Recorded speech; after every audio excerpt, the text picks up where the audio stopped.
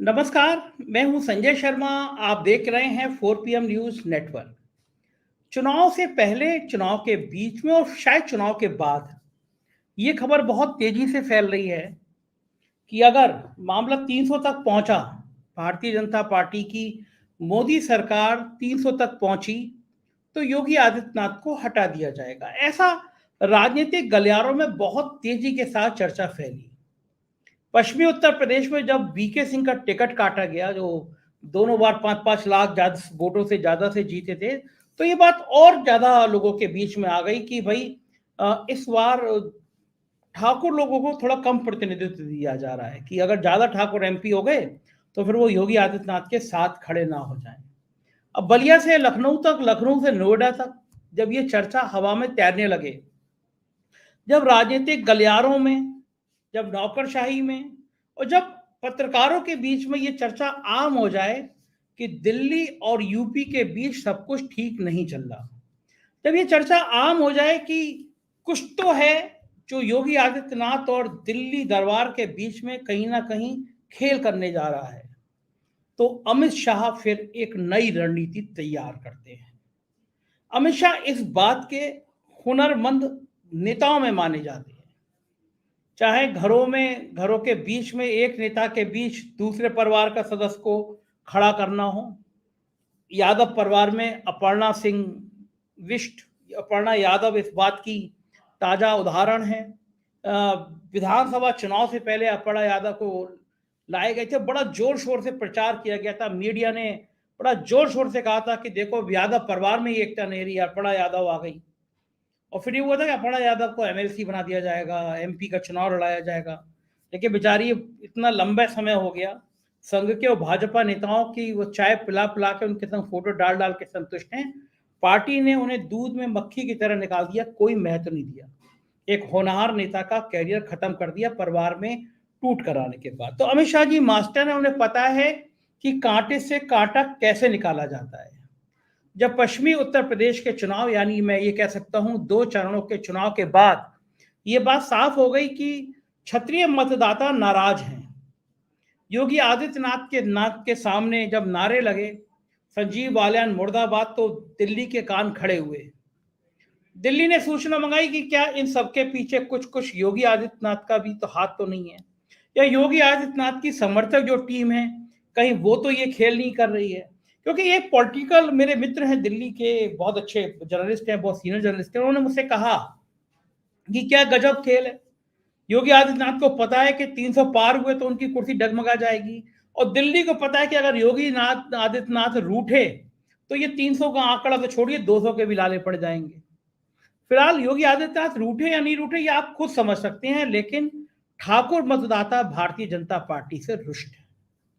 और घोसी में भी हमने उपचुनाव में देखा था, पूरी ताकत लगाई थी बीजेपी ने, 2-2 डिप्टी सीएम थे, 2 दर्जन कैबिनेट मिनिस्टर थे, विधायक थे, संघ के कार्यकर्ता थे, तब भी काम नहीं बना।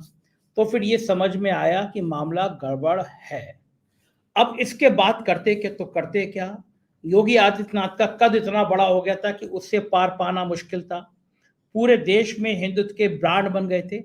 तो फिर दिल्ली दरबार ने सोचा कि ऐसा कौन व्यक्ति है जिसे योगी के मुकाबले में ठाकुर नेता के रूप में स्थापित किया जा सके। पहले तो ये तय किया गया कि भाई जितने ठाकुर नेता हैं जो पार्टी से थोड़े दाएं बाएं रुख चल रहे, उनको मैनेज किया जाए।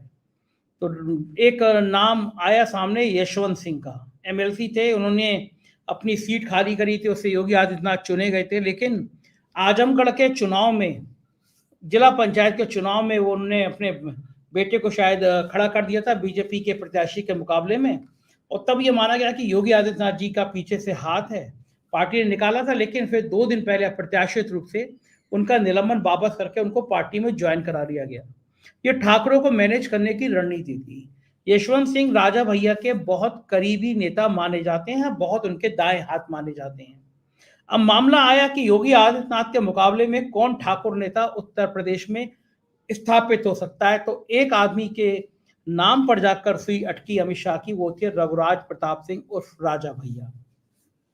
मायावती के बहुत बड़े विरोधी, मायावती ने उनको गिरफ्तार कराया था। उनका एक महल, उनका एक पूरा किला, उसको एक ध्वस्त कर दिया था। और बड़ा मायावती ने चैलेंज दिया था, एक उनका तालाब का बड़ा जिक्र हम आपने सुना होगा, बेती का तालाब है। बड़ी बड़ी किंवदंतियां हैं कि राजा भैया जिससे नाराज होते थे उसको पकड़ के डाल दिया करते थे, वहां मगरमच्छ रहते थे, इस तरह की कहानियां हैं। लेकिन सच्चाई क्या है ये तो अभी तक आज तक किसी को पता नहीं। लेकिन यूपी की राजनीति में रघुराज प्रताप सिंह और राजा भैया छत्रियों के बीच में एक बहुत बड़ा नाम है। तो फिर ये मामला अटका कि राजा भैया से बात की जाए, राजा भैया पे हाथ रखा जाए और राजा भैया को योगी आदित्यनाथ के पैरेलल बड़ा किया जाए।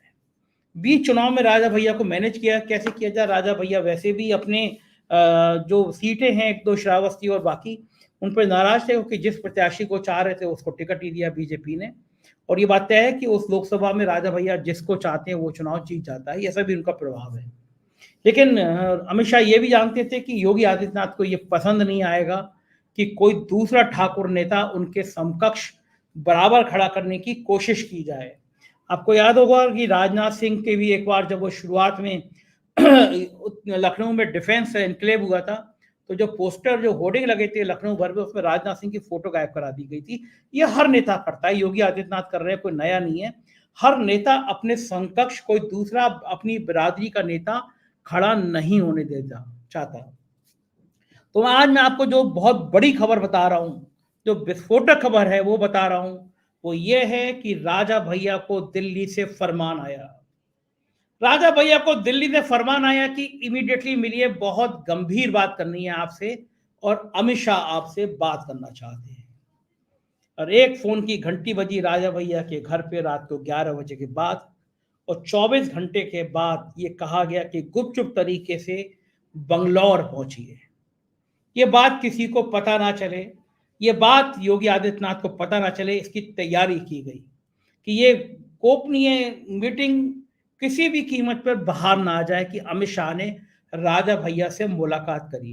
क्योंकि अमित शाह भी जानते हैं कि योगी आदित्यनाथ जिस तेवर के, जिस टेम्परामेंट के आदमी हैं, वो कभी भी कह सकते हैं कि ये लो पकड़ो अपनी लपट कमरिया, बहुत नाच नचायो और गोरखपुर वापस जा सकते हैं। सत्ता छोड़ने में उनको कोई ज्यादा समस्या होगी नहीं। योगी आदित्यनाथ का जो तापमान है, जो टेम्परेचर है, देख के सब जानते हैं कि योगी आदित्यनाथ सत्ता के प्रति बहुत ज्यादा लगाव नहीं रखते, अक्खड़ स्वभाव के हैं। चढ़ गई तो चढ़ गई। तो अमित शाह को पता था कि अगर बीच चुनाव में योगी आदित्यनाथ को चढ़ गई तो चढ़ गई वाला फार्मूला हुआ तो बीजेपी की बैंड बच जाएगी। तो ये बड़ी गुपचुप योजना रखी गई। बेंगलुरु में अमित शाह के और राजा भैया के बीच बंद कमरे में बातचीत हुई। बताया जाता है उस कमरे में सबको निकाल दिया गया।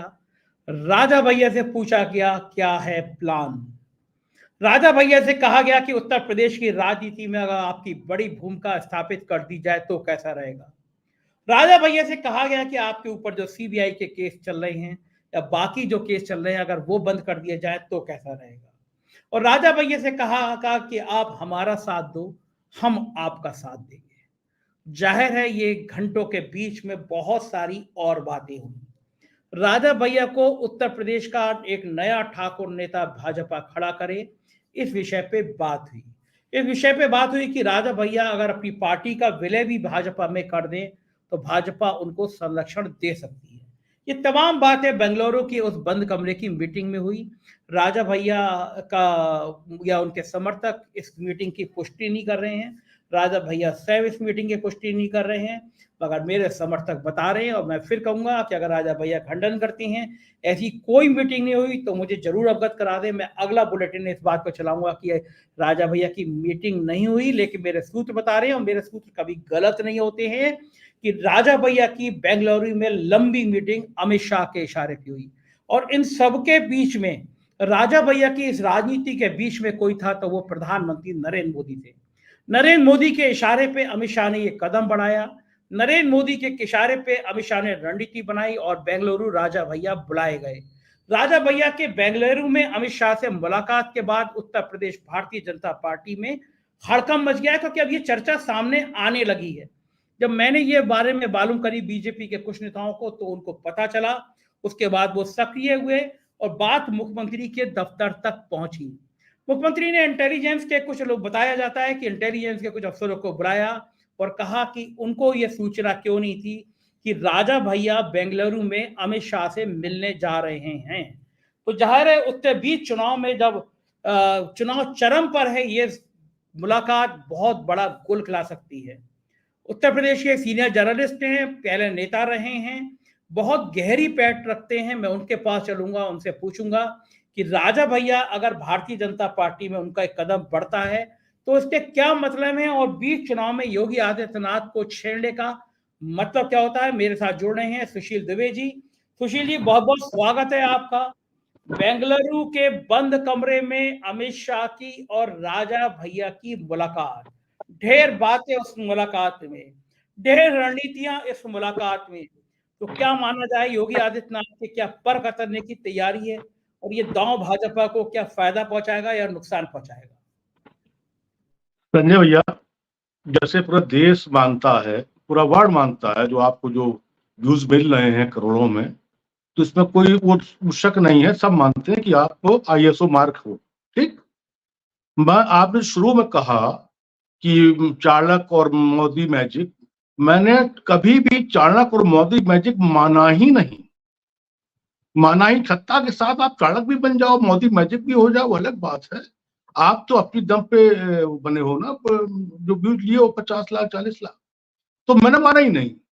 मनमोहन सिंह के कारण मोदी मैजिक बना, फिर वो बालाकोट उस पर बस आधी सक पे उस पे वो मोदी मैजिक। तो फिर कहाँ चाणक्य हिमाचल में है और कहाँ चाणक्य कर्नाटक में और कहाँ मोदी मैजिक कर्नाटक में। खैर, ये जान दीजिए। अब आपका जो सवाल है राजा भैया, तो मैं आपको बताऊं, मेरे पूज्य हैं लंकेश्वर लंकेश मेरे पूज्य आराध्य हैं। उनको मैं उनको भगवान मानता हूँ, प्रणाम। राजा भैया को मैं लंकेश के रूप में, अभी योगी जी पे आ रहा हूँ, अपने रूप में। वो ठाकुर हैं, क्या है वो अलग महाराज हैं, लेकिन वो भी लंकेश हैं, महाराज हैं, महाराजा के पुत्र हैं, बाहुबली हैं। और उनके पिताश्री जो हैं, उनकी जो मूछें हैं, वो देख के पाकिस्तान का हो 10-20-50 किलोमीटर भाग जाए वो। तो वो तो हम तो सीधे सीधे वो हमको आराध्य दिखते हैं। और जहां तक राजा भैया की बात है, उनका कांग्रेस कल्चर भी है। उनकी ड्रेस डिजाइनिंग है ना, वो कांग्रेसी पहन पाते हैं। जो आधे आधे एक एक घंटे में जो बदलते हैं ड्रेस, वो सस्ते उसमें दिक्कत में है। लेकिन मैं ये मानता हूँ।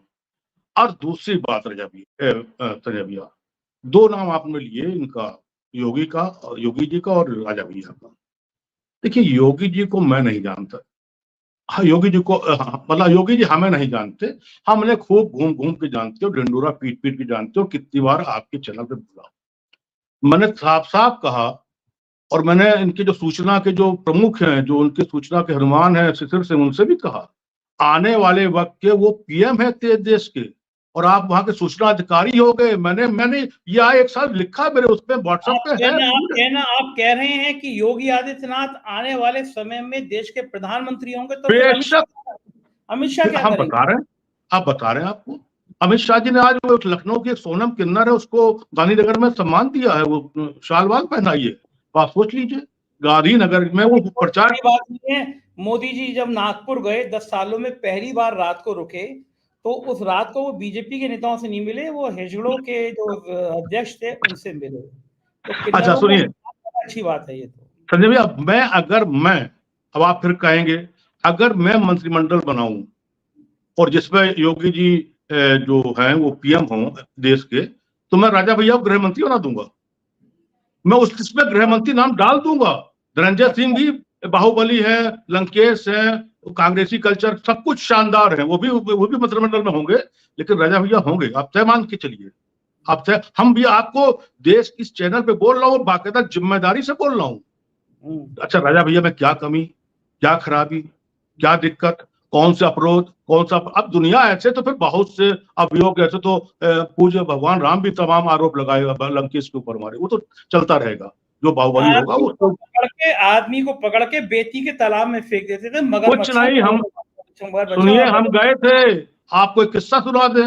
जब एक कोई कांड हुआ, दिलेरगंज कांड हुआ था इनके उसमें, तो जला ये मुसलमानों को घर जला दिए गए थे। तब मैं शहर अध्यक्ष था लखनऊ का, कांग्रेस का। मैं गया था इनके उस क्षेत्र में, रात में खौफ था, लेकिन वो करने गया था, वो रिपोर्ट लेने कांग्रेस की तरफ से। कुछ में मुझे आज तक नहीं लगा। जो आदमी माननी हो, जैसे मैंने मुख्तार के लिए कहा जो आदमी माननीय हो, कई कई बार का जो जनप्रति हो, उसके ऊपर कोई अपराध, जनता की अदालत ने जिसको फैसला कर दिया, पाक साफ कर दिया, उसके ऊपर कोई आरोप अभियोग मैं नहीं मानता, चाहे राजा भैया हो। आप वहां गए तो दोनों मुझे दर्शकों को बताइए, राजा भैया के बारे में बड़े किस्से कहानियां हैं कि क्षेत्र में बड़ा प्रभाव रहता है, बहुत रुतबा है, ये सब चीजें सच है क्या? वाकई में बहुत दबदबा है उनका वहां पे? राजा भैया मुझे नहीं जानते हैं, लेकिन एक दो चार बार पढ़े हैं। उनका सबसे अच्छा जो पक्ष लगता है, मैं उनकी चमचेगिरी नहीं कर रहा हूँ, मैं उनसे वो हमें सामने मिल जाएंगे तो वो हमें पहचान भी नहीं पाएंगे कि फला है, लेकिन जब भी मिले हैं संजय भाई, वो ब्राह्मणों का बड़ा सम्मान करते हैं। पड़ी पाँव लगी, हमसे 2-3 बार मिले तो भाई पाँव लगी, पड़ी पाँव लगी। अब वो बेचारे जानते नहीं कौन हम क्या है, लेकिन इत्तेफाक से वो मिल गए सामने किसी कार्यक्रमों में, तो वो बाकायदा सम्मान से। तो अब इससे वाला हमें कहा चाहिए ब्राह्मण आदमी को, वो अभियोग होंगे मगरमच्छ, अरे इस देश के कितने मगरमच्छों ने देश का रुपया खा लिया, उनको उनकी बात नहीं की जाएगी। इस देश में कितने मगरमच्छों जो कहां बैठे हुए हैं, कितना इलेक्ट्रोल बॉन्ड में कितना रुपया खा लिया लोगों ने, वैक्सीन में खा लिया मगरमच्छों ने, बड़े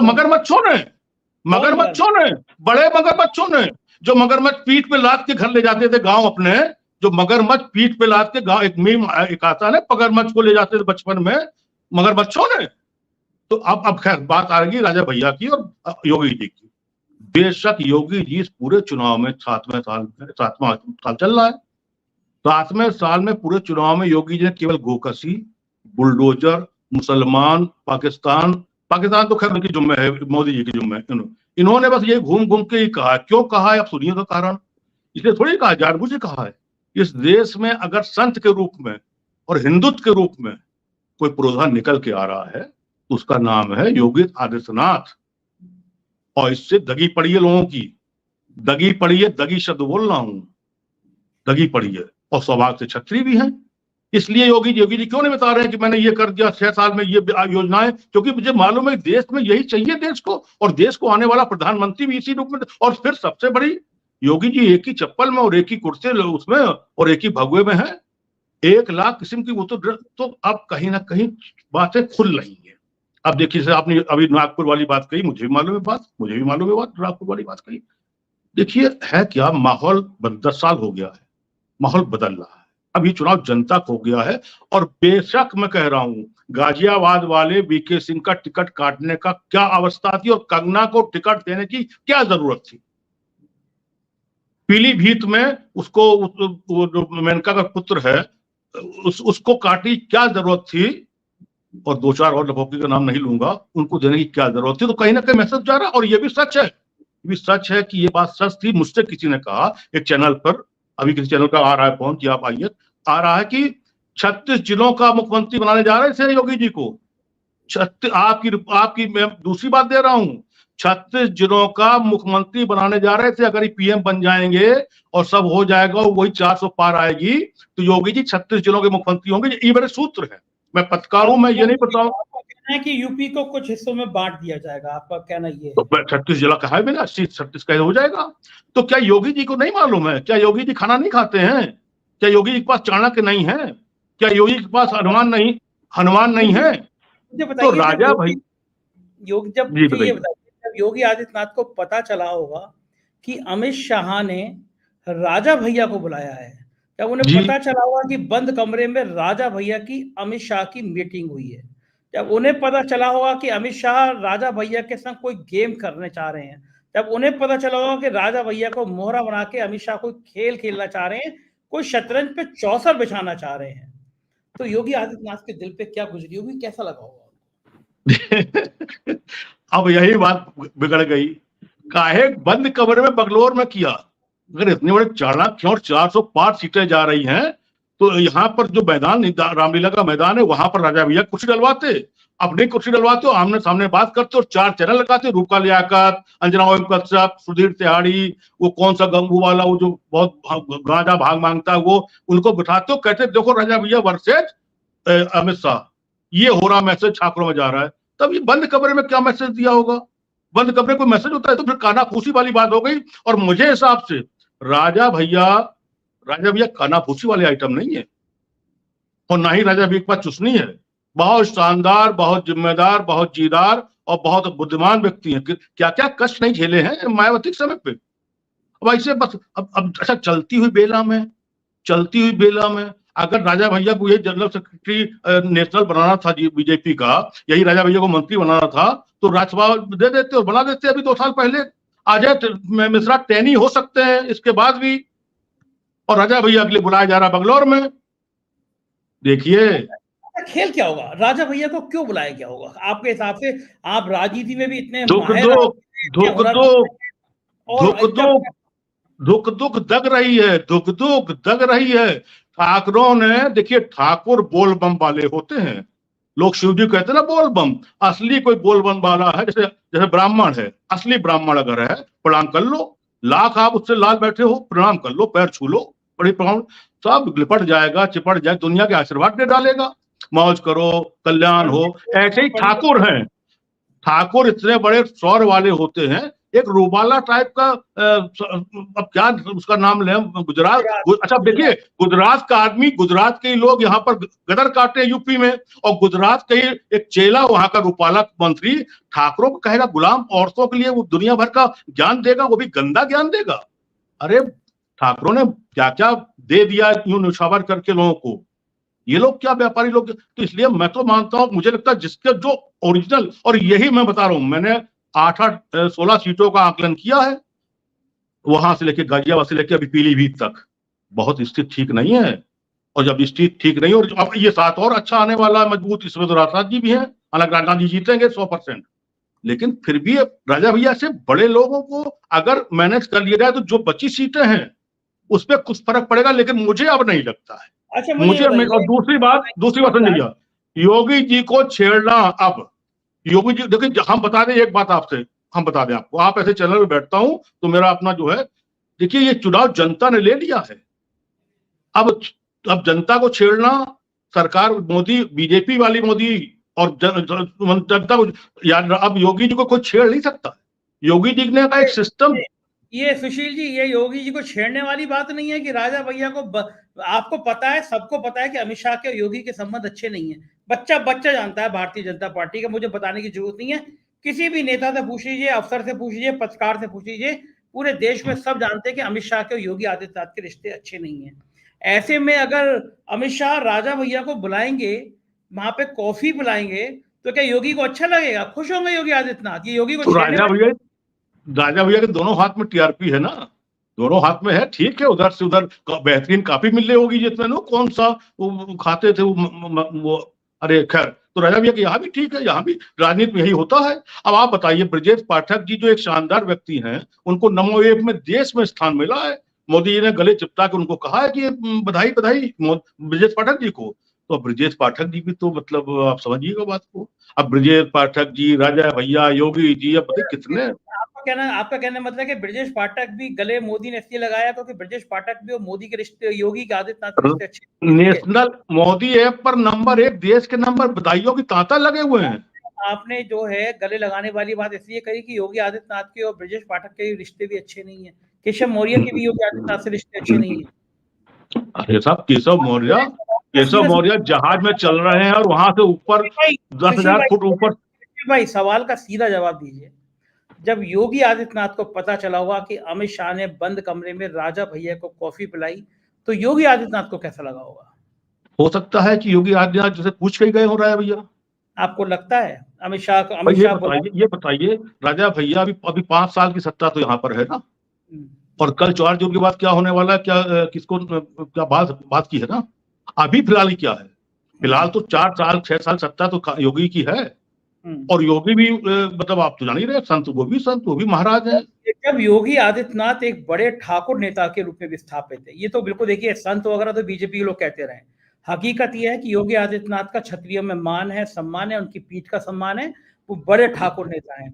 अब अमित शाह उनके पैरेलल एक ठाकुर नेता को बुलाएंगे, सम्मान देंगे, तो योगी आदित्यनाथ को अच्छा लगेगा और ये मैसेज देंगे कि तुम पे ठाकुर नहीं संभल पा रहे, लो मैं दूसरा ठाकुर नेता बुला लेता हूँ कि वो ठाकुरों को संभालेगा, अच्छा लगेगा उनको? नहीं हो पाएगा, सुनिए, इसलिए नहीं हो पाएगा, राजा भैया केवल ठाकुर है, क्षत्रिय सम्राट है, लंकेश है, बाहुबली है, राजा है, ये तो हिंदुओं के भी सम्राट हो गए ना योगी, ये क्षत्रिय सम्राट।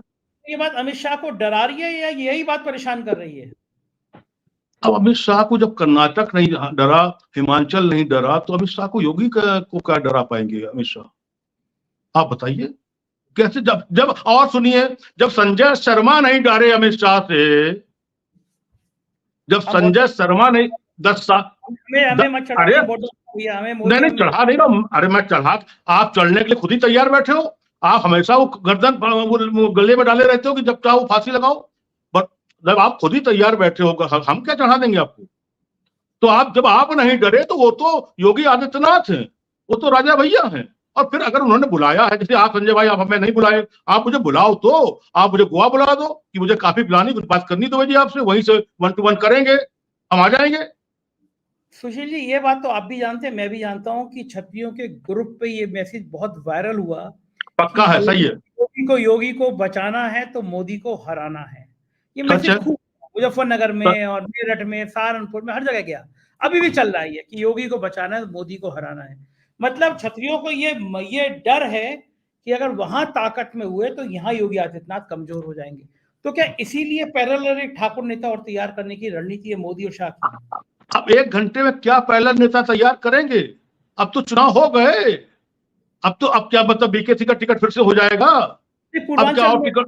पूर्वांचल के ठाकुर, पूर्वांचल का दूसरा सीन है, वहां पर ठाकुर वहां पर नहीं है, दूसरा सीन है। यहाँ जितने होना था हो चुका, हरियाणा में जो होना था हो गया, राजस्थान में होना था हो चुका, पंजाब में जो होना था हो चुका। अब ये पूर्वांचल में राजभर अपना पहली, अब क्या कहें, पूर्वांचल को आप उस क्षेत्र में छोड़ दीजिए। इन लोगों की देखिए रणनीति सबकी बनती है, और राजा भैया बेशक छत्तीस सम्राट हैं, एक बड़ा घराना है, बड़े लोग हैं, बड़ा बातें हैं, लेकिन अभी हमें लगता है इन लोगों को यूपी के ऊपर कंसंट्रेशन ज्यादा है, और बाकी का कंसंट्रेशन देश की जनता कर रही है, और देश की जनता हिसाब बना रही है, इसमें कोई शक नहीं। और मैं एक बात और बता दूं साहब, केवल अगर जब दिल पे, आपके दिल ये लगता है दिल पे, जब कि आपको भी चोट लगी थी, याद है? जब आपके बाद जब कुछ आपके पास तो गिलास तक नहीं, और कितने घंटे आप दरवाजे में खड़े रहे थे, ये करा वो, तो आपको दिल पे चोट लगी थी। तब आप 1 लाख, तब आपका 1 लाख सब्सक्राइबर थे, 1 लाख, आज आपके पास 50 लाख हैं। तो दिल पे जब लगी थी तो अच्छा। और दूसरी बात, एक बात बता दूं मैं, आपने जो मेरा शुरू में मुझे परिचय दिया, मैं 13 साल कांग्रेस का अध्यक्ष रहा हूं यहाँ का। अब मैं दर से फ्रीलांस लिख रहा हूँ, खूब बोल रहा हूँ, खूब लिख रहा हूँ, देश के 12 चैनल मुझे, आपने तो खैर हमें बड़ा कर ही दिया। एक बात बता दूं आपको, जब आप ऐसे लोग दिल पे, क्या योगी जी ने दिल पे नहीं लिया होगा?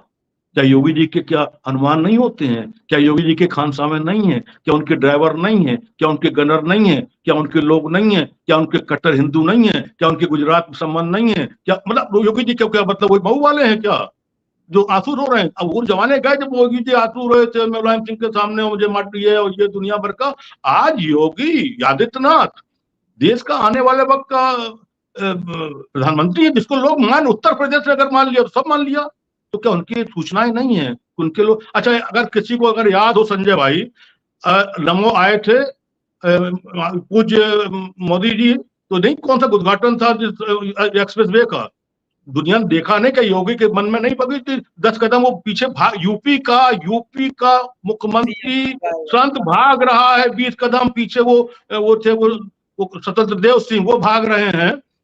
ऐसा प्रोटोकॉल, तो क्या ये सब चीजें लगती हैं? और फिर दूसरी बात, हम भी ये किए हैं जो हम कहने जा रहे थे, रात में, हालांकि योगी जी रात वाले वो नहीं है, वो तो जल्दी सो जाते हैं, जल्दी उठ जाते हैं, 6 बजे उठ जाते, 4 बजे उठ जाते हैं। रात में जब कानों में, योगी जी के भी तो अधिकारी है कुछ, वही तो सब तय करते हैं, 2-4 नाम कहिए तो ले दूं, वरना तो आप भी जान दीजिए, वो तो रात में तय करते होंगे कि साहब ये हुजूर, ये सत्य जी, ये योगी जी, ये राजा भैया, ये धनंजय भाई, ये फला ये। तो यहाँ भी तो सब, आखिर शतरंज का खेल खाली गुजरात में नहीं चलता है ना, शतरंज का खेल तो उत्तर प्रदेश में, बिल्कुल सही कह रहे हैं, गुजरात में नहीं उत्तर प्रदेश में भी चलता है शतरंज का खेल, तो उत्तर प्रदेश में चलता है ना। और यहाँ भी, और जो दिलेर राजा भैया तब नहीं टूटा जब मायावती ने, तो राजा और योगी, अब देखिए, अब क्या राजा को क्या यहाँ क्या कमी यूपी में? अखिलेश यादव बाहें फैलाए घूम रहे हैं, कल को क्या हो सकता? अमित शाह ने सिर पे हाथ रख दिया तो क्यों अखिलेश की तरफ जाएंगे, फिर क्या मतलब है। बहुत बहुत शुक्रिया सुशील जी, आपने इतनी महत्वपूर्ण जानकारी दी, हमारे दर्शकों को बहुत बहुत आभार। तो ये थे सुशील दुबे जी, और हम लोग बात कर रहे थे कि आखिर राजा भैया के साथ देर रात बंद कमरे में अमित शाह ने अगर मीटिंग करी तो उस मीटिंग में क्या क्या कहा गया। ये बात ठीक है, दिल्ली और यूपी की जो लड़ाई चल रही है, जो शीत युद्ध चल रहा है, वो भाजपा के नेताओं को, कार्यकर्ताओं को परेशान कर रहा है। जाहिर है अब आने वाला वक्त बताएगा कि शतरंज की चौसर में किसका मोहरा पिटा और किसके वजीर ने बाजी पलट दी। शुक्रिया चैनल को देखने के लिए, चैनल को ज्वाइन कीजिएगा, सब्सक्राइब करिएगा। राजनीति की हर खबर को देखने के लिए देखते रहिए 4PM न्यूज नेटवर्क। शुक्रिया।